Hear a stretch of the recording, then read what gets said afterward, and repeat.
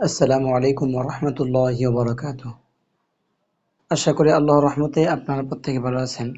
প্রিয় শিক্ষার্থীবৃন্দ, আজকের ক্লাস হচ্ছে আমাদের 2 নম্বরের ক্লাস। এই ক্লাসে আমরা শিখতে পারবো অপূর্ণ অক্ষর। এর আগে ক্লাসে আমরা শিখছিলাম পূর্ণ অক্ষর, সবই ছিল পূর্ণ অক্ষর। এই ক্লাসে আমরা শিখব অপূর্ণ অক্ষর। এই দেখেন, এটা বা বা আমরা কোরআন শরীফে যে আয়াতগুলোই পড়ব, প্রত্যেকটা আয়াতে লাস্টে যদি বা আসে তাহলে এরকম আসবে। প্রত্যেকটা আয়াতের লাস্টে যদি বা আসে, যে আয়াতে বা আছে প্রত্যেকটা আয়াতের লাস্টে পুরা এরকম বা আসবে। যখন মাঝখানে আসবে মাঝে আসবে, আয়াতের মাঝখানে, তখন এরকম আসবে, হুম। তাহলে আমরা শিখব বা,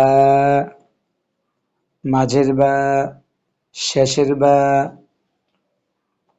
তা, মাঝের তা, শেষের তা, থা, মাঝের থা, শেষের থা, নুন, মাঝের নুন, শেষের নুন, ইয়া, মাঝের ইয়া, শেষের ইয়া, জিম, মাঝের জিম, শেষের জিম, হা, মাঝের হা, শেষের হা, খ, মাঝের খ, শেষের খ, সিন, মাঝের সিন, শেষের সিন, শিন, মাঝের শিন, শেষের শিন, সদ, মাঝের সদ,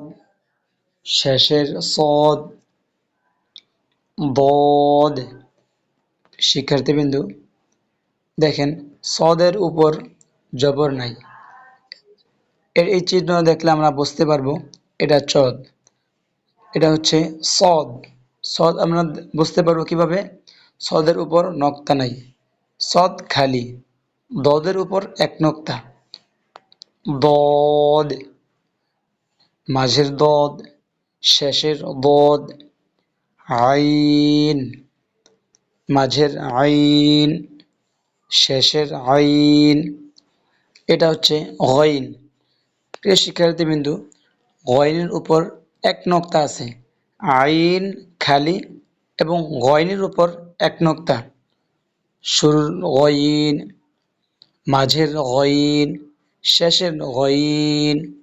ফা, ফা, ফার উপর এক নক্তা, ফা, মাঝের ফা, শেষের ফা। কফ, এটা হচ্ছে 2 নক্তাওয়ালা কফ, 2 নক্তাওয়ালা কফ। আর এর নিচেরটা হচ্ছে মধ্যখান পেঁচানো কাফ।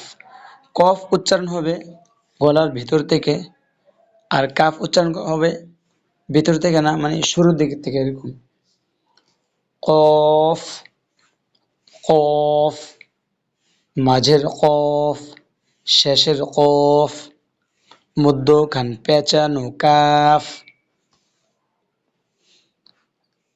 মাঝের কাফ, শেষের কাফ। লাম, মাঝের লাম, শেষের লাম।